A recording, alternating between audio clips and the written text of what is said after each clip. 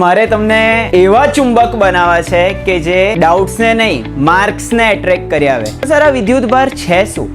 દુનિયાનો કોઈ પણ કણ હોય એ વિદ્યુત ભાર ધરાવતો જ હોય. પ્લાસ્ટિકનું કાર્યવિધેય વધારે હોય એટલે એની પર ઋણ વિદ્યુત ભાર આવશે. જો મેઇન હીરો કોણ છે આપણો? વિદ્યુત ભાર આધારિત બોર્ડમાં 2 MCQ આવેલા છે અને બહુ જ મસ્ત MCQ છે. આ પેનને હું છોડી દઉં, ક્યાં જાય છે? નીચે જાય છે. Thala for a reason. Hello students, welcome to Gyanshala. તો બસ છોકરાઓ, તમારા બધાની ઘણા બધા ટાઈમથી ડિમાન્ડ હતી કે સર જ્ઞાનશાલા ઉપર ફિઝિક્સ સબ્જેક્ટ સ્ટાર્ટ કરાવો. ફિઝિક્સમાં અમને બહુ જ તકલીફ પડે છે. તો ફિઝિક્સમાં આજે આપણી સાથે ગુજરાતના ટોપ લેવલના ટીચર્સ ધ્રુમિલ સર આપણી સાથે આજે સ્ટુડિયોમાં હાજર છે. અને ધ્રુમિલ સર હવે છોકરાઓને ફિઝિક્સ બોરિંગ નહીં પણ સ્કોરિંગ લાગવાનું છે. તો બસ છોકરાઓ, તમને બધાને જે ઈચ્છા હતી કે જેમ આપણે ગુજરાતના ગામડે ગામડે નાના નાના શહેરે તાલુકે સુધી કેમિસ્ટ્રીનું ટોપ લેવલનું એજ્યુકેશન પહોંચાડ્યું છે, સેમ એ જ સ્ટાઇલથી હવે તમને બધાને ધ્રુમિલ સર ફિઝિક્સ ભણાવવાના છે. અને સર તમે આ ફિઝિક્સ જે ભણાવવાના છો એમાં કઈ રીતે ભણાવવાના છો? રિયલ લાઈફના એક્ઝામ્પલ આપવાના છો? Yes sir. તમે એમને વિડીયોઝ, ફોટોઝ, એનિમેશન્સ પણ બતાવવાના છે આપણે. એનિમેશન સાથે. ને સર છોકરાઓની એવી ડિમાન્ડ પણ છે કે અમુક કન્સેપ્ટ જે પ્રેક્ટિકલી કરાવી શકાય એવા હોય એ અહીંયા જ થશે. યસ. તો આજનું તમને કંઈક આ સેટઅપ દેખાઈ રહ્યું છે કે સર તમને લાઈવ કન્સેપ્ટ અમુક જે પ્રેક્ટિકલી સ્ટુડિયોમાં પોસિબલ છે ડેમોન્સ્ટ્રેશન કરીને જેમ આપણે કેમિસ્ટ્રીમાં ભણીએ છીએ બસ એ જ સ્ટાઇલથી સર ફિઝિક્સને એક પણ રીતે બોરિંગ નથી લાગવા દેવાના. તમને આખું પ્રેક્ટિકલ લાઈફના જે એક્ઝામ્પલ આપીને રિયલ વર્લ્ડના એક્ઝામ્પલ આપીને સર સમજાવવાના છે. સર પોતે પણ મિકેનિકલ એન્જિનિયર છે.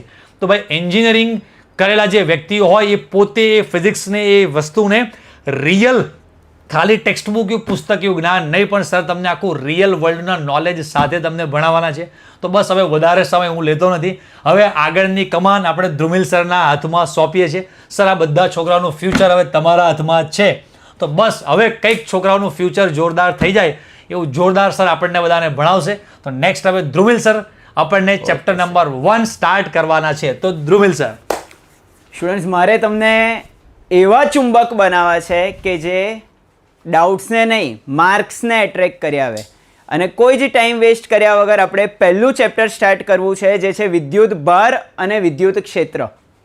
તમે બધા ક્યાંક ને ક્યાંક જાતે સ્કૂલમાં, બીજી કોઈ જગ્યાએ સર પાસેથી, મેડમ પાસેથી આ ચેપ્ટર શીખ્યા જ છો. પણ જેટલું ડેપ્થમાં શીખવું જોઈએ, જે ડિટેલ્સ તમને ખબર હોવી જોઈએ, ક્યાંક ને ક્યાંક એ ડિટેલ્સ મિસિંગ છે.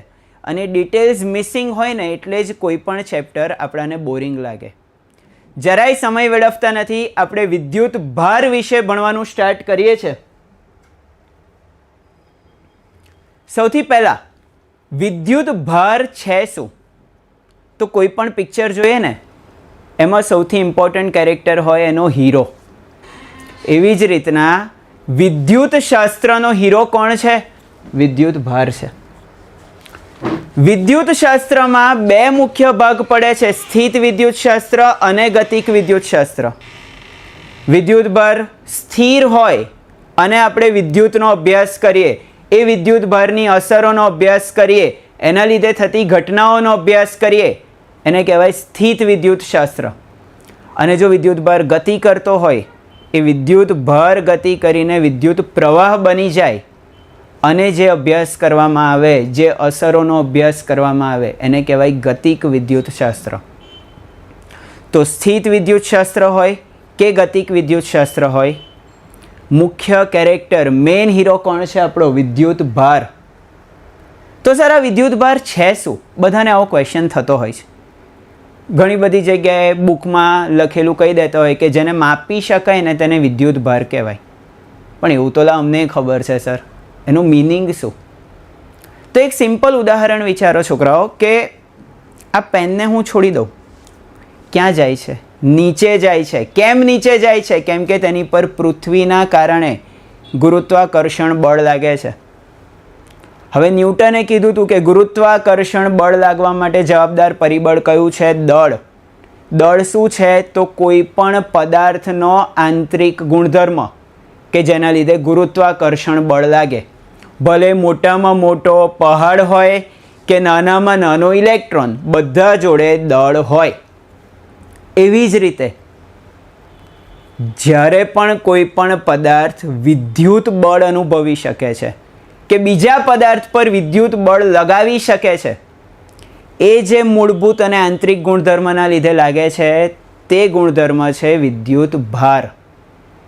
આપણને ખબર છે કે 4 મૂળભૂત બળો છે દુનિયાના: વિદ્યુત ચુંબકીય બળ, ગુરુત્વાકર્ષણ બળ, સ્ટ્રોંગ ન્યુક્લિયર બળ અને વીક ન્યુક્લિયર બળ. એમાંના જ એક મૂળભૂત બળ વિદ્યુત ચુંબકીય બળનો એક ભાગ એટલે કે વિદ્યુત બળ, અને એ બળ લગાવવાનું કારણ કોણ છે? પદાર્થનો વિદ્યુત ભાર. દુનિયાનો કોઈ પણ કણ હોય એ વિદ્યુત ભાર ધરાવતો જ હોય, પણ અમુક પદાર્થ જોડે કુલ વિદ્યુત ભાર શૂન્ય થતો હોય. જેમ કે અત્યારે તમે કોઈ વસ્તુને સ્પર્શો છો તો આપણને કોઈ કરંટ નથી લાગતો. પેન્સિલ લો છો, રબર લો છો, ચોપડાને અડો છો તો તમને કરંટ નથી લાગતો, મતલબ એની પરનો કુલ વિદ્યુત ભાર કેટલો છે? 0. આવા પદાર્થોને કહેવાય વિદ્યુતની દ્રષ્ટિએ તટસ્થ પદાર્થો. જો કોઈ પદાર્થ વિદ્યુત ભાર ધરાવતો હોય તો આપણે એને વિદ્યુત ભારિત પદાર્થ કહીએ છીએ. તો સર વિદ્યુત ભાર શૂન્ય છે, આનો મતલબ એ પ્લસ બી થતો હોય, માઇનસ બી થતો હોય, રાઈટ? એટલે જે વિદ્યુત ભાર છે તે 2 પ્રકારના હોય છે: એક ધન વિદ્યુત ભાર અને એક ઋણ વિદ્યુત ભાર. તો સૌથી પહેલા ધન અને ઋણ એમ 2 પ્રકારના જે વિદ્યુત ભાર હોય છે તેમની વચ્ચે બળ પણ લાગશે. તમને બધાને કુદરતનો નિયમ ખબર છે કે સજાતીય વચ્ચે અપાકર્ષણ થાય, વિજાતીય વચ્ચે શું થાય? આકર્ષણ. હા, આજકાલ થોડું બદલાઈ ગઈ છે, પણ સામાન્ય રીતે આવું જ હોય કે સજાતીય વચ્ચે અપાકર્ષણ અને વિજાતીય વચ્ચે શું થાય બેટા? આકર્ષણ, રાઈટ? તો સજાતીય વિદ્યુત ભારો, સજાતીય એટલે સરખા, તેમની વચ્ચે શું થાય છે? અપાકર્ષણ. અને વિજાતીય વિદ્યુત ભારો અલગ અલગ પ્રકારના,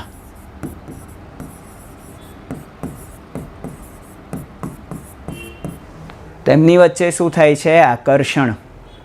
તો જો આ વિદ્યુત ભાર 2 પ્રકારના હોય તેમને કંઈક તો સંજ્ઞાઓ આપવી પડે ને લા. તમે વિચારો, દિશા માટે આપણે 4 દિશાઓ કહીએ છીએ: ઉત્તર, દક્ષિણ, પૂર્વ, પશ્ચિમ. એવી જ રીતના વિદ્યુત ભારના આ જે 2 ધ્રુવત્વ છે એની માટે પણ સંજ્ઞા છે ધન અને ઋણ. તો આપણે વિદ્યુત ભારને કઈ રીતના અલગ કરીએ છીએ? 2 પ્રકારને કઈ રીતના અલગ બતાવીએ છીએ? તો એ છે ધન વિદ્યુત ભાર અને ઋણ વિદ્યુત ભાર. આપણાને ખબર છે કે પ્રોટોન ઉપરનો વિદ્યુત ભાર જે લઈએ છીએ આપણે કેવો લઈએ છીએ બેટા? ધન. અને ઇલેક્ટ્રોન ઉપરનો વિદ્યુત ભાર જે આપણે લઈએ છીએ તે કેવો લઈએ છીએ? ઋણ. આનો મતલબ એવો થયો કે હું પ્રોટોન અને પ્રોટોન વચ્ચે લાગતા બળની વાત કરું તો 2 પ્રોટોન છે, બંનેનો વિદ્યુત ભાર ધન છે, એટલે બંને વચ્ચે શું થશે? અપાકર્ષણ થશે. એવી જ રીતના 2 ઇલેક્ટ્રોનની વાત કરું તો પણ બંને વચ્ચે શું થશે? અપાકર્ષણ થશે. પણ પ્રોટોન અને ઇલેક્ટ્રોનની વાત કરવામાં આવે તો શું થશે? આકર્ષણ થશે. હવે આવું કેમ થાય છે? આ સજાતીય વિદ્યુત ભારો વચ્ચે અપાકર્ષણ કેમ થયું? વિજાતીય વિદ્યુત ભારો વચ્ચે આકર્ષણ કેમ થયું? એ હજી સુધી જાણી શકાયું નથી. અને એને લઈને જ વિદ્યુત ભારને મૂળભૂત ગુણધર્મ તરીકે આપણે વ્યાખ્યાયિત કરીએ છીએ કે સજાતીય વિદ્યુત ભારો વચ્ચે અપાકર્ષણ થાય છે તો થાય છે, એની પાછળનું કારણ આપણે હજી સુધી જાણી શક્યા નથી. હવે વિદ્યુત ભાર છે તો એને માપી પણ શકાતો હશે. તો વિદ્યુત ભારને માપવા માટેનો એસઆઈ એકમ છે કુલંબ, જેની સંજ્ઞા તમને બધાને ખબર જ છે. આપણે 10મા ધોરણમાં એના વિશે ભણેલા જ છે. કુલંબની સંજ્ઞા શું છે? Capital C. 10મા ધોરણમાં એક સૂત્ર આવતું હતું વિદ્યુત ભારનું, Q = I × T. I એટલે વિદ્યુત પ્રવાહ, T એટલે સમય. અહીંયાથી એનું પારિમાણિક સૂત્ર બનશે m0 L0. સમય છે એટલે T1 અને વિદ્યુત પ્રવાહ છે એટલે બનશે A1. તો આ વાત થઈ વિદ્યુત ભાર વિશે. હવે વાત કરીએ વિદ્યુત ભારિત કરવા વિશે, કે મારે કોઈ પદાર્થને વિદ્યુત ભારિત કરવો છે તો કઈ રીતના કરી શકાય. તો પહેલાં તો થોડુંક પરમાણુના બંધારણ વિશે ભણીએ, કે આપણે જે કંઈ પણ બનેલા છે તે અણુઓના બનેલા છે. અણુઓ કોના બનેલા છે? તો સર પરમાણુઓના બનેલા છે. પરમાણુઓ કોના બનેલા છે? તો કેમેસ્ટ્રીમાં આવી ગયું હતું 11th કે સર પ્રોટોન, ન્યુટ્રોન અને ઇલેક્ટ્રોનના બનેલા છે. આપણાને ખબર છે કે ઇલેક્ટ્રોન ઋણ વિદ્યુત ભારિત છે, પ્રોટોન ધન વિદ્યુત ભારિત છે અને ન્યુટ્રોન વિદ્યુતની દ્રષ્ટિએ તટસ્થ છે. યાદ રાખજો સ્ટુડન્ટ્સ, વિદ્યુતભાર રહિત શબ્દ યોગ્ય નથી. વિદ્યુતની દ્રષ્ટિએ તટસ્થ, આનો મતલબ ન્યુટ્રોન પાસે પણ વિદ્યુતભાર છે, પણ જેટલો ધન વિદ્યુતભાર છે એટલો જ ઋણ વિદ્યુતભાર છે. તમને થોડોક આઈડિયા આપી દઉં કે પ્રોટોન અને ન્યુટ્રોન છે ને એ મૂળભૂત કણો હવે નથી રહ્યા. પહેલાં એવું મનાતું હતું કે પ્રોટોન અને ન્યુટ્રોનથી નાનું તો કંઈ જ નહીં, પણ હવે જાણવા મળ્યું છે કે પ્રોટોન અને ન્યુટ્રોન પણ ક્વાર્ક નામના સૂક્ષ્મ કણોના બનેલા છે. અને ન્યુટ્રોન જે ક્વાર્ક કણોનો બનેલો છે તેના વિદ્યુતભારોનો સરવાળો કરીએ તો જવાબ આવે છે 0. આનો મતલબ ન્યુટ્રોન જોડે વિદ્યુતભાર તો છે પણ એનો સરવાળો કેટલો થાય છે? 0. હવે વાત કરીએ પ્રોટોન અને ન્યુટ્રોન જે હતા એ તો ન્યુક્લિયસની અંદર બંધિત અવસ્થામાં છે, મતલબ એ તો ન્યુક્લિયસની બહાર જઈ શકે નહીં. તો રહ્યું કોણ? કક્ષામાં ભ્રમણ કરતા ઇલેક્ટ્રોન. આપણે જાણીએ છીએ કે ઇલેક્ટ્રોનને થોડીક ઉર્જા મળે ને પરમાણુમાંથી છટકી જાય, મુક્ત થઈ જાય. અને આવા ઇલેક્ટ્રોનની ગતિ થવાથી જ, એક પદાર્થમાંથી બીજા પદાર્થમાં તેમનું વહન થવાથી જ આપણે પદાર્થને વિદ્યુત ભારિત કરી શકીએ છીએ. હવે સમજો કે મારે કોઈ પદાર્થને ધન વિદ્યુત ભારિત કરવો છે તો શું કરવું પડે? તો શરૂઆતમાં સર એની જોડે પ્રોટોન અને ઇલેક્ટ્રોન સરખા છે. જો મારે એને ધન વિદ્યુત ભારિત કરવો હોય તો એમાંથી ઇલેક્ટ્રોન્સ દૂર કરવા પડે, એટલે કે ઇલેક્ટ્રોન્સનો ઋણ વિદ્યુતભાર દૂર મોકલવો પડે. એવી જ રીતના પદાર્થને જો મારે ઋણ વિદ્યુત ભારિત કરવો હોય તો તેને ઇલેક્ટ્રોન્સ આપવા પડે, એટલે કે તેની અંદર ઋણ વિદ્યુતભાર ઉમેરવો પડે. આનો મતલબ એક સિમ્પલ થઈ ગયો કે પદાર્થને વિદ્યુત ભારિત કરવા માટે ફક્ત ઋણ વિદ્યુતભારની જ ગતિ થતી હોય છે. જો પદાર્થ ધન વિદ્યુત ભારિત થાય તો તે ઋણ વિદ્યુતભાર ગુમાવતો હોય, અને જો પદાર્થ ઋણ વિદ્યુત ભારિત થાય તો તે ઋણ વિદ્યુતભાર શું કરતો હોય છે? મેળવતો હોય છે. આનો મતલબ સિમ્પલ એવું કહી શકાય કે જો પદાર્થને પોઝિટિવ ચાર્જ ધન વિદ્યુતભાર આપવામાં આવે તો તેના દળમાં ઘટાડો થાય. સર વિદ્યુતભાર ધન આવ્યો એને દળ જોડે શું લેવા દેવા? તો સ્ટુડન્ટ્સ, ધન વિદ્યુત ભારિત પદાર્થ કર્યો, હમણાં જ આપણે જોયું ઇલેક્ટ્રોન્સ દૂર કર્યા. ઇલેક્ટ્રોન્સ થોડાક ગયા, બહુ ગયા, ઓછા દળના ગયા, પણ ગયા તો ખરા ને. અને જ્યારે પદાર્થ ધન વિદ્યુત ભારિત થાય તેમાંથી ઇલેક્ટ્રોન્સ દૂર થાય એટલે એના દળમાં શું થાય? ઘટાડો થાય. અને પદાર્થ જો ઋણ વિદ્યુત ભારિત થાય છે, મતલબ તે ઇલેક્ટ્રોન્સ મેળવે છે, તેમાં ઇલેક્ટ્રોન્સ બહારથી આપણે આપીએ છીએ, એટલે એના દળમાં શું થાય? વધારો થાય. કેમ? તો ભાઈ તે ઇલેક્ટ્રોન્સ મેળવે છે. હવે વાત આવી પાછી સેમ કે સર ઇલેક્ટ્રોનનું દળ તો 9.11 × 10⁻31 kg છે. તે દળમાં બહુ મોટો ફરક ના પડે. તો આ જ વાક્યને આપણે થોડુંક પ્રોપર લખવું હોય તો દળમાં સૂક્ષ્મ ઘટાડો થાય. અને ઋણ વિદ્યુત ભારિત વખતે શું લખી શકાય? દળમાં સૂક્ષ્મ વધારો થાય. હવે આપણે જ્યારે આ પદાર્થને વિદ્યુત ભારિત કરવો હોય છે તો એ વિદ્યુત ભારિત કઈ રીતના કરી શકાય એની આપણે 3 રીતો જોવાની છે. એમાંની પહેલી રીત અહીંયા છે કે પદાર્થને વિદ્યુત ભારિત કરવા માટેની ઘર્ષણની રીત. એક કામ કરો તો બે હાથ મસ્ત આમ જોરથી ઘસો તો એકબીજા સાથે આમ, અને શું થાય છે ને વિચારો. થાકવાનું નથી હો, હાથ ઘસવાના છે. શું થયું? હાથમાં ગરમી લાગી સર, રાઈટ.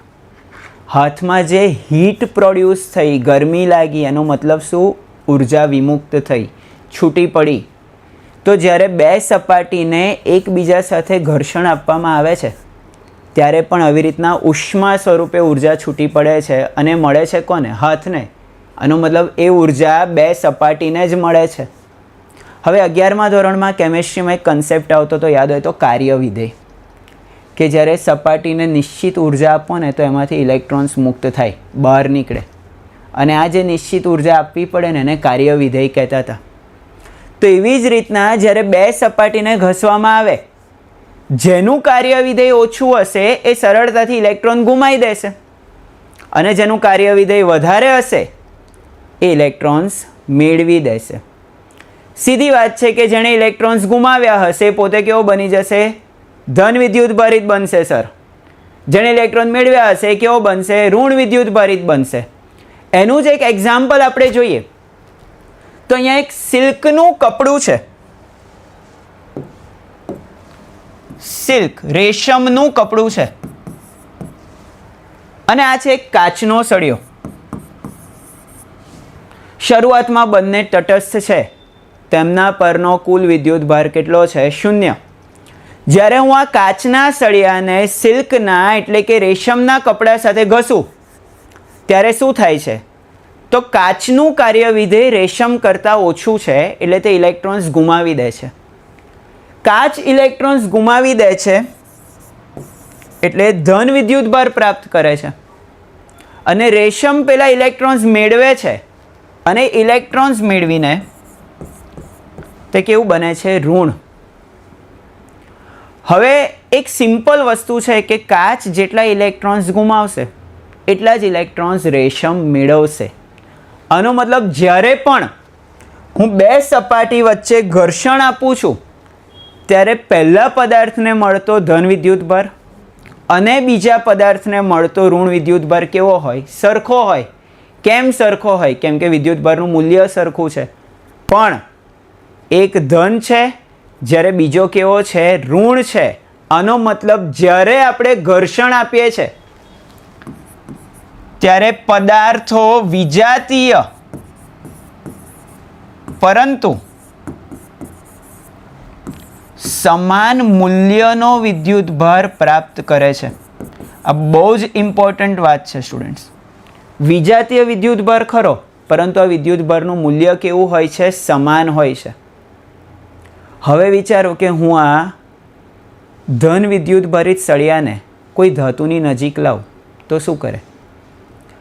તો આ ધન વિદ્યુત ભારિત સળિયો ધાતુના મુક્ત ઇલેક્ટ્રોનને પોતાની તરફ આકર્ષે, અને જો ધાતુ હલકી હોય, હલકી એટલે દળ ઓછું હોય અને ગતિ કરી શકે તેવી હોય, વર્તુળાકાર સપાટી હોય, તો એ આ આકર્ષણ બળના કારણે ગતિ કરે.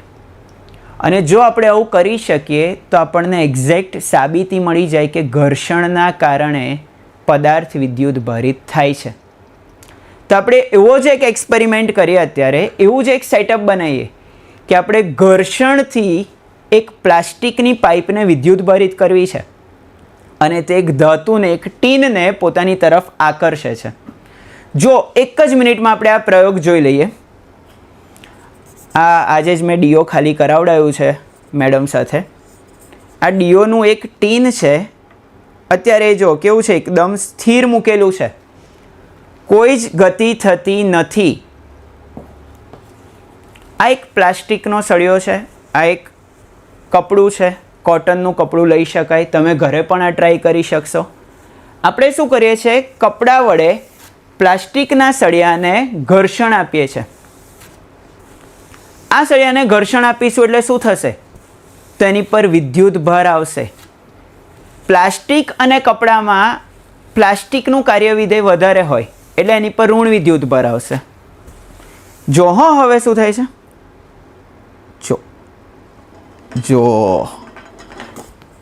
કે સળિયા પરના વિદ્યુતભારે આના વિદ્યુતભારોને આકર્ષ્યા અને તેને ગતિ કરાઈ. ફરીથી એક વખત ટ્રાય કરવો હોય તો જો છે ને, કોઈ જ સંપર્ક વગર આપણે પદાર્થને વિદ્યુતભારિત કરી શકીએ છીએ. પણ જેવો હું મારા હાથ વડે એને લૂછીશ,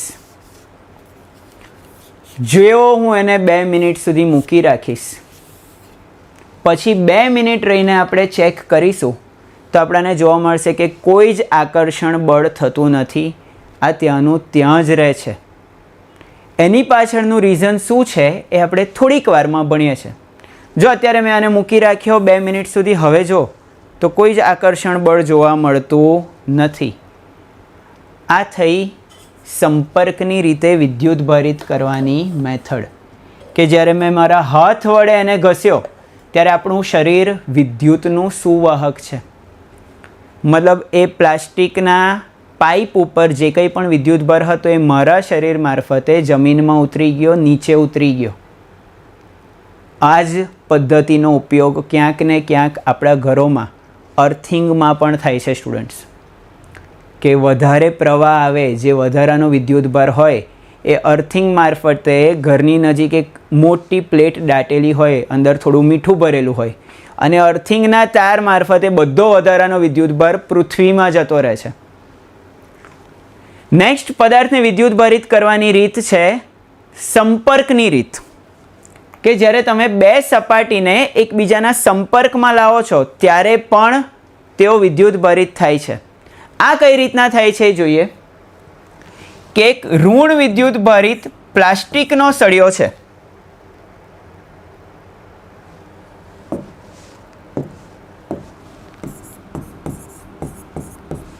એને હું સુવાહક અને એક હલકા ગોળાની નજીક લાવું છું.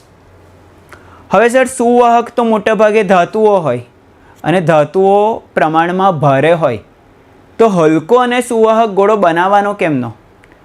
તો આપણે એક નાનકડો પ્લાસ્ટિકનો બોલ હોય એકદમ હલકો, એની પર ઘરનું પેલું સિલ્વર ફોઇલ વીંટાળી દઈએ, તે બહારથી સુવાહક થઈ જશે અને હલકો પણ થઈ જશે.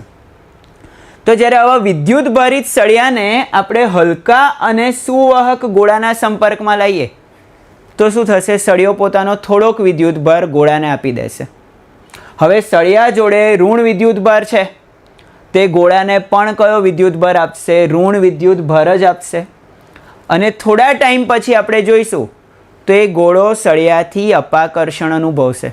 કારણ કે શરૂઆતમાં જ આપણે વાત કરી કે જે સજાતીય વિદ્યુતભાર છે તે શું કરે છે? એકબીજાને અપાકર્ષે છે. પણ અહીંયા એક વસ્તુ જુઓ ને, કે સળિયાના અને ગોળાના લંબાઈ પહોળાઈ સરખા છે? તો જવાબ આવશે ના. સળિયાના અને ગોળાના પરિમાણ અલગ અલગ છે. પરિમાણ અલગ અલગ છે એનો મતલબ શું? વિદ્યુતભાર ગ્રહણ કરવાની ક્ષમતા પણ અલગ અલગ છે. આનો મતલબ એવો થયો કે સળિયા પર અને ગોળા પર સરખો વિદ્યુતભાર છે? ના. સજાતીય વિદ્યુતભાર છે? હા.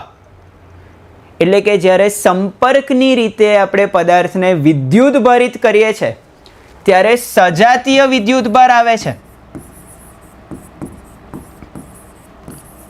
અને મૂલ્ય કેવું હોય છે? અસમાન. ઘર્ષણની રીત કરતાં ઊંધું થયું. ઘર્ષણની રીતમાં વિજાતીય વિદ્યુતભાર આવતો હતો, સંપર્કની રીતમાં સજાતીય વિદ્યુતભાર આવે છે. ઘર્ષણની રીતમાં સરખા મૂલ્યનો વિદ્યુતભાર આવતો હતો, સંપર્કની રીતમાં અલગ અલગ મૂલ્યનો વિદ્યુતભાર આવે છે. તો સર, હવે ક્વેશ્ચન એ છે કે આ વિદ્યુતભાર ક્યાં સુધી વહન પામે?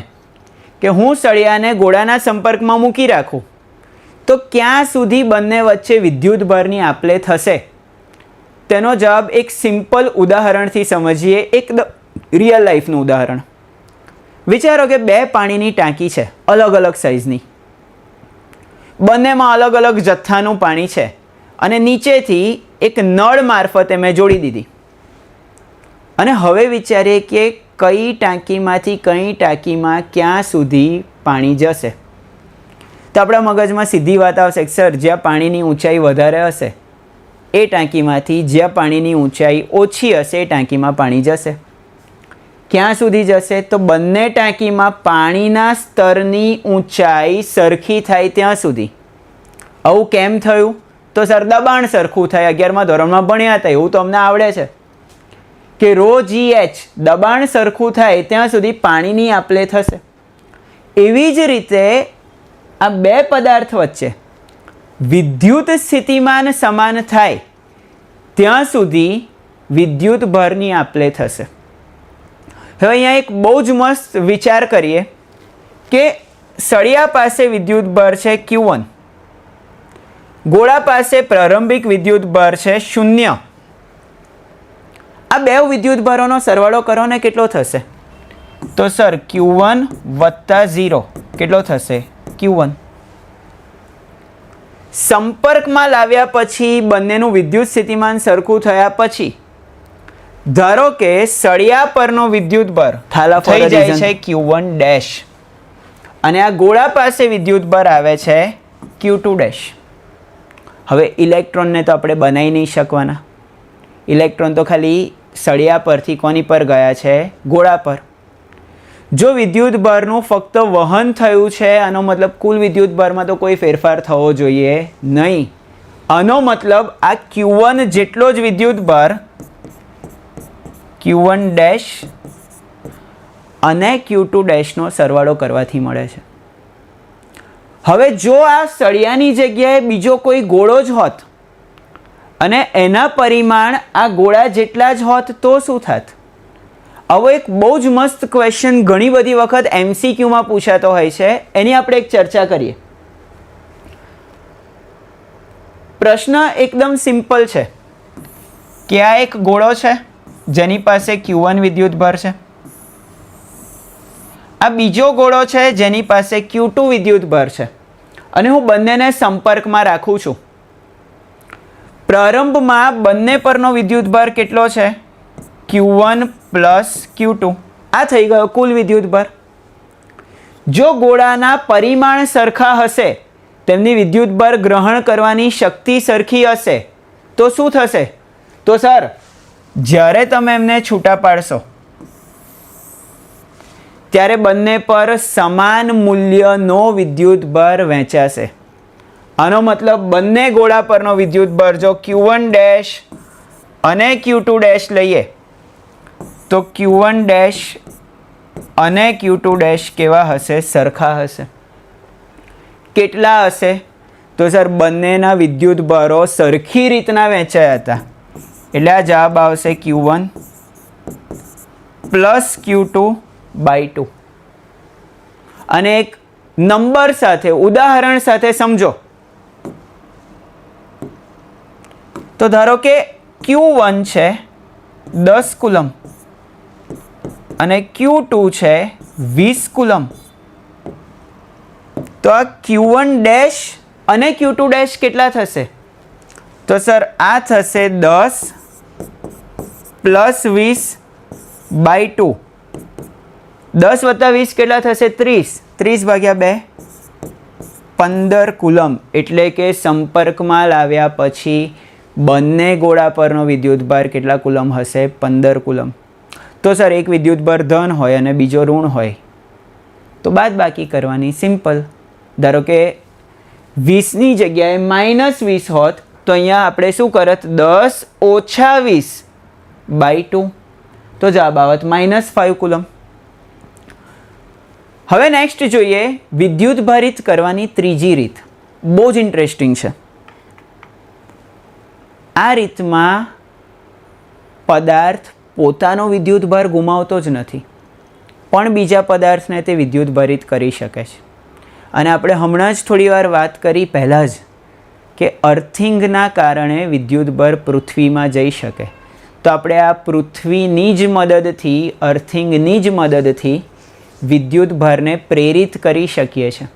અને આમાં મૂળ પદાર્થ એટલે કે જે આપણો સળિયો છે જે વિદ્યુત ભારિત છે તે પોતાનો કોઈ જ વિદ્યુત ભાર ગુમાવતો નથી. તો પ્રેરણની રીતે પદાર્થ કઈ રીતના વિદ્યુત ભારિત થાય છે આપણે જોઈ લઈએ. કે આ ફરીથી ઋણ વિદ્યુત ભારિત એક સળિયો છે. આ એક તટસ્થ ગોળો છે, સુવાહક છે પણ તટસ્થ છે, અને તેને આપણે હાલમાં અવાહક સ્ટેન્ડ ઉપર મૂકેલો છે. અવાહક સ્ટેન્ડ ઉપર મૂકી દઈશું એટલે ગોળા પરથી વિદ્યુતભાર ક્યાંય જઈ શકશે નહીં. જ્યારે હું આ સળિયાને ઋણ વિદ્યુતભારિત સળિયાને નજીક લાવું છું તો શું થશે? તો સર આ સુવાહક ગોળાના જે બધા મુક્ત ઇલેક્ટ્રોન છે એનાથી અપાકર્ષાય, અને મુક્ત ઇલેક્ટ્રોન એનાથી અપાકર્ષાય એટલે ગોળામાં સળિયાથી દૂર તરફ ભેગા થઈ જાય. જો અહીંયા આ બધા ઇલેક્ટ્રોન્સ દૂર ભેગા થઈ ગયા તેનાથી અપાકર્ષાયને, અને સળિયાની નજીકના વિસ્તારમાં ધન વિદ્યુતભાર ભેગો થાય છે. હવે ધન વિદ્યુતભાર સમજો સ્ટુડન્ટ્સ, ગતિ કરીને સળિયાની નજીક નથી જતો. ધન વિદ્યુતભાર તો ત્યાંનો ત્યાં જ છે.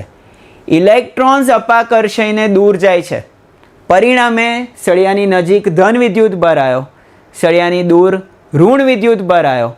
હવે હું શું કરું છું કે જ્યાં ઋણ વિદ્યુતભાર હતો ને ત્યાં આપી દઉં છું અર્થિંગ. અર્થિંગનો સિમ્બોલ આપણાને યાદ છે જ, આ રીતના લાઈન બનાવી દેવાની. તો આ ઋણ વિદ્યુતભાર વિસ્તારમાં અર્થિંગ આપી દઉં છું એટલે શું થશે સ્ટુડન્ટ્સ? આ બધા જ જે એક્સ્ટ્રા ઇલેક્ટ્રોન્સ છે, ઋણ વિદ્યુતભાર છે, એ પૃથ્વીને મળી જશે.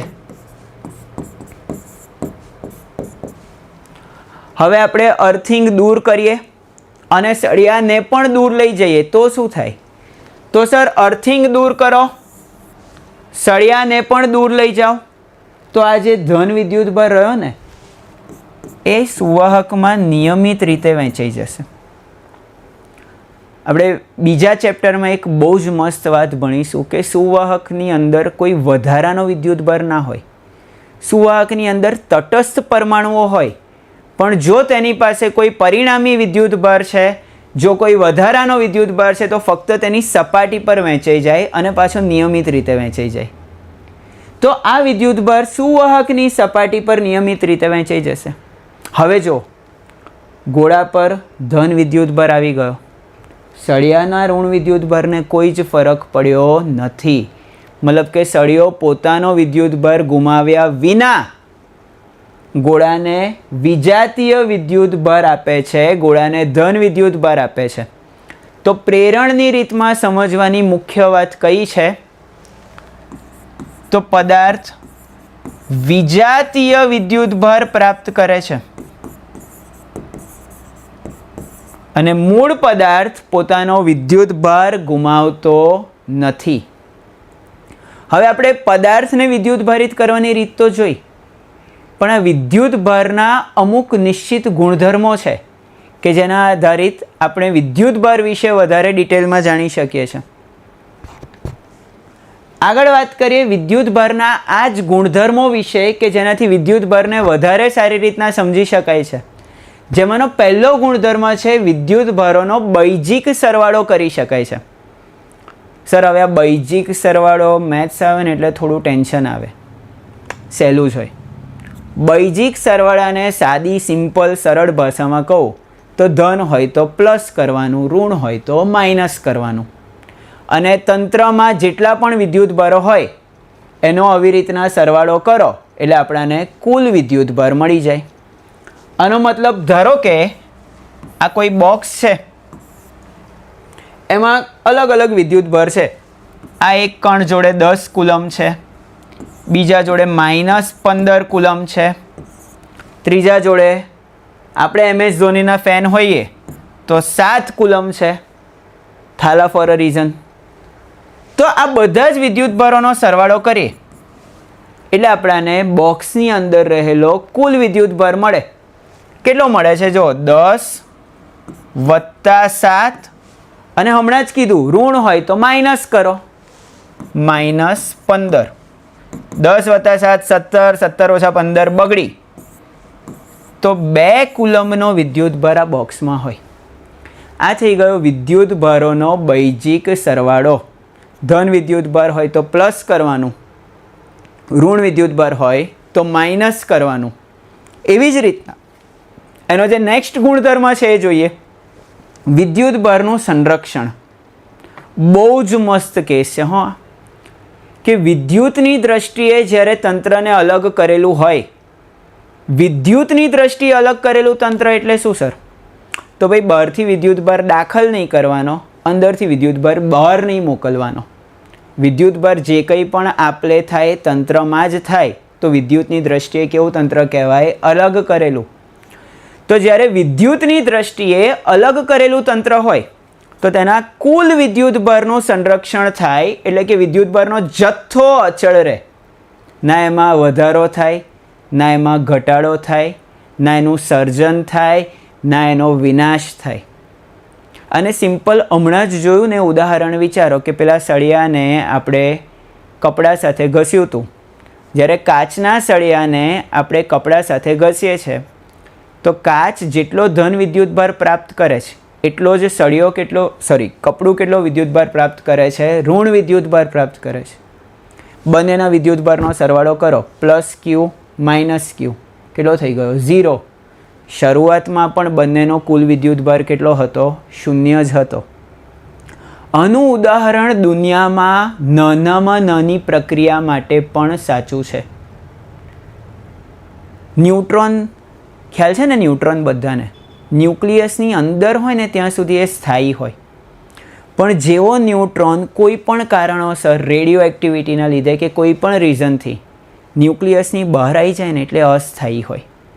અને આવા અસ્થાયી ન્યુટ્રોન હોય ને એ 1000 સેકન્ડના સમયગાળામાં લગભગ નાશ પામે. નાશ પામે તો સર એ ન્યુટ્રોનનું શું થાય? તો જ્યારે ન્યુટ્રોન ન્યુક્લિયસની બહાર અસ્થાયી થાય ત્યારે 2 ટુકડામાં વહેંચાઈ જાય, જે પૈકી એક ટુકડો હોય પ્રોટોન અને બીજો ટુકડો હોય ઇલેક્ટ્રોન. હવે આપણાને ખબર છે કે ન્યુટ્રોનનો કુલ વિદ્યુત ભાર કેટલો છે? 0. તે વિદ્યુતની દ્રષ્ટિએ તટસ્થ છે. પ્રોટોન પરનો વિદ્યુત ભાર કેવો છે? ધન. ઇલેક્ટ્રોન પરનો વિદ્યુત ભાર કેવો છે? ઋણ. જેટલો ધન વિદ્યુત ભાર પ્રોટોન પાસે છે એટલો જ ઋણ વિદ્યુત ભાર ઇલેક્ટ્રોન પાસે છે. તો આ બંનેનો સરવાળો કરશો તો પણ જવાબ કેટલો થશે? 0 થશે. તો સ્ટુડન્ટ્સ, આ વાત થઈ બીજા ગુણધર્મની, જે છે વિદ્યુત ભારનું સંરક્ષણ થાય છે. અને સૌથી અગત્યનો અને ત્રીજો ગુણધર્મ, વિદ્યુત ભારનું ક્વોન્ટમીકરણ, કે કોઈ પણ પદાર્થ ઉપર જે કુલ વિદ્યુત ભાર હોય સ્વતંત્ર રીતે રહી શકતો. આ શબ્દ મેં એટલે કીધો સ્વતંત્ર રીતે રહી શકતો કારણ કે અમુક વિદ્યુત ભારિત કણો એવા મળી આવ્યા છે કે જેમાં આ શરતનું પાલન નથી થતું. આપણે હમણાં ડિટેલમાં ચર્ચા કરીશું ત્યારે હું તમને જણાવીશ. પણ એ કણો સ્વતંત્ર અસ્તિત્વ નથી ધરાવતા, હંમેશા જોડકામાં રહે છે. એટલે સ્વતંત્ર અસ્તિત્વ ધરાવતા પદાર્થોમાં જે કંઈ પણ કુલ વિદ્યુત ભાર હોય એ એક મૂળભૂત વિદ્યુત ભાર, એક નાનામાં નાના વિદ્યુત ભારના પૂર્ણ ગુણાંકમાં જ હોય. એનું મેથેમેટિકલ ગણિતની રીતે આપણે એક સૂત્ર લખીએ કે પદાર્થ પરનો કુલ વિદ્યુત ભાર Q બરાબર એક નાનામાં નાના વિદ્યુત ભાર E નો, આ E જે છે તેને આપણે કહીએ છીએ ફંડામેન્ટલ ચાર્જ, એટલે કે મૂળભૂત વિદ્યુત ભાર. અને પદાર્થ પરનો કુલ વિદ્યુત ભાર એ આ મૂળભૂત વિદ્યુત ભારના પૂર્ણ ગુણાંકમાં જ હોય. તો સર આવ્યું ક્યાંથી? આવું થાય કેમનું? તો ઘણા વર્ષો પહેલાં મિલિકને એક ઓઇલ ડ્રોપનો પ્રયોગ કર્યો. ઓઇલ ડ્રોપ એટલે તેલનું ટીપું. તેમણે શું કર્યું? એક તેલના ટીપાને હવામાં સ્થિર રાખ્યું. હવામાં સ્થિર કેમનું રહે સર? જાદુ થોડી જ, ફિઝિક્સ છે ને, જાદુની જરૂર નથી. એમણે પ્રાયોગિક રીતે તેલના ટીપાનું જે વજન બળ હતું, ગુરુત્વાકર્ષણ બળ પૃથ્વીના લીધે લાગ્યું, તે એને વિદ્યુત બળ વડે સંતુલિત કર્યું. અને આ પ્રયોગના પરિણામ સ્વરૂપે એમણે તેલના ટીપા પર નાનામાં નાનો કેટલો વિદ્યુત ભાર શક્ય છે તે શોધ્યું. અને એ આપણાને જવાબ મળ્યો 1.6 ઇન્ટુ 10⁻⁻19 કુલમ. મતલબ કે કોઈ પણ કણ પાસે આનાથી નાનો વિદ્યુતભાર હોવો શક્ય નથી. અને આ જ વિદ્યુતભારને આપણે મૂળભૂત વિદ્યુતભાર E તરીકે ઓળખીએ છીએ. પ્રોટોનના વિદ્યુતભારની વાત કરો તો પ્રોટોનનો વિદ્યુતભાર +E એટલે કે +1.6 10⁻⁻19 કુલમ છે. અને ઇલેક્ટ્રોનના વિદ્યુતભારની વાત કરો તો પ્રોટોન જેટલો જ પણ ઋણ એટલે કે -1.6 10⁻⁻19 કુલમ. આટલો વિદ્યુતભાર ઇલેક્ટ્રોન પાસે છે. હવે સીધી વાત છે, શરૂઆતમાં વાત કરી હતી કે પદાર્થને વિદ્યુતભરિત કરવો હોય તો ખાલી ઇલેક્ટ્રોનનું વહન થાય. હવે વિચારો ને કોઈ પણ એક પદાર્થમાંથી બીજા પદાર્થમાં ઇલેક્ટ્રોન્સ ગયા તો કેટલા ઇલેક્ટ્રોન્સ જાય? 1.5 ઇલેક્ટ્રોન જાય? 3.5 ઇલેક્ટ્રોન જાય? ના જાય. સર ઇલેક્ટ્રોન તો 5 જાય, 15 જાય, 500 જાય, જે કંઈ પણ જાય એ પૂર્ણાંક સંખ્યામાં જ જાય. તો ધારો કે કોઈ પણ નંબર આપણે લઈએ, ધારો કે 13, તો એક પદાર્થે બીજા પદાર્થને 13 ઇલેક્ટ્રોન્સ આપ્યા. આનો મતલબ વહન પામતા ઇલેક્ટ્રોનની સંખ્યા કેટલી? 13. જેણે ઇલેક્ટ્રોન મેળવ્યા એણે n ઇલેક્ટ્રોન એટલે કે 13 ઇલેક્ટ્રોન મેળવ્યા એટલે કે -E વિદ્યુતભાર મેળવ્યો. તો ફરીથી મૂળભૂત વિદ્યુતભારનો પૂર્ણ ગુણાંક થઈ ગયો.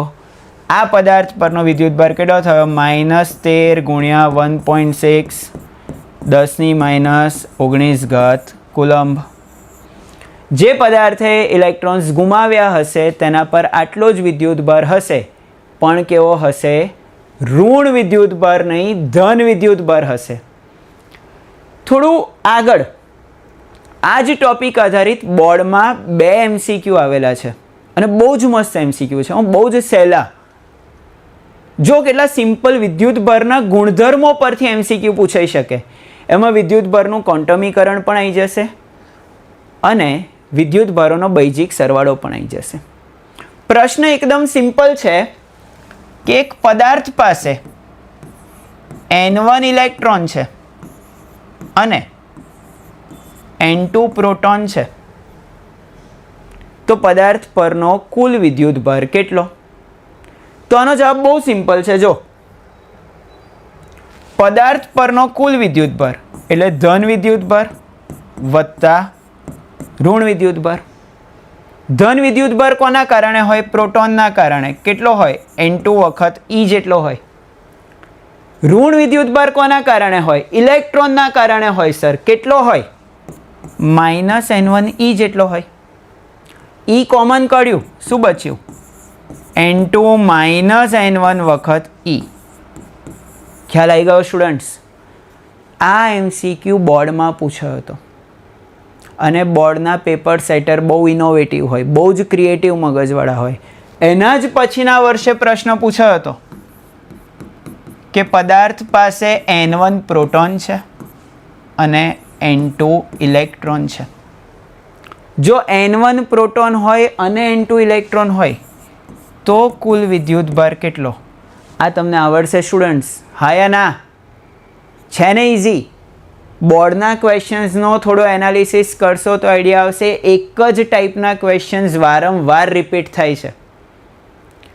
આપણે અત્યારે જે વાત કરી એ હતી વિદ્યુતભાર વિશે, એના ગુણધર્મો વિશે, પદાર્થને વિદ્યુતભારિત કરવાની રીત વિશે અને ક્વોન્ટમીકરણ ખાસ કરીને બહુ જ અગત્યનો ટોપિક છે. ક્વોન્ટમીકરણમાંથી અલગ અલગ અઢળક નાના મોટા ક્વેશ્ચન્સ બની શકે. જો હજી એકાદ એક્ઝામ્પલ લઈએ આપણે, સિમ્પલ એક્ઝામ્પલ કે એક કુલંબ વિદ્યુતભારમાં મૂળભૂત વિદ્યુતભારોની સંખ્યા કેટલી? ધન વિદ્યુતભાર હોય તો પ્રોટોનની સંખ્યા કેટલી? ઋણ વિદ્યુતભાર હોય તો ઇલેક્ટ્રોનની સંખ્યા કેટલી? પણ સિમ્પલ ક્વેશ્ચન કે એક કુલમમાં મૂળભૂત વિદ્યુતભારો કેટલા? તો જો આપણે સૂત્ર લગાવીએ Q = Ne. Q લઈ લીધું મેં 1 કુલંબ, ઈ આપણાને આપ્યું છે મૂળભૂત વિદ્યુત ભાર 1.6 10⁻⁻19 કુલમ. તો n કેટલું થશે? તો sir simple, n is equal to 1/1.6 10⁻⁻19. 1/1.6 કરો 0.625 -19 ઉપર જશે એટલે +19, મતલબ કે 6.25 ગુણ્યા 10⁻18. આટલા મૂળભૂત વિદ્યુત ભારો હશે. આ પણ બોર્ડમાં પૂછેલો MCQ છે ઇઝી. તો આજના સેશનમાં આપણે વિદ્યુત ભાર વિશે વાત કરી અને અહીંયા આ સેશન આપણે આજે કમ્પ્લીટ કરીએ છીએ.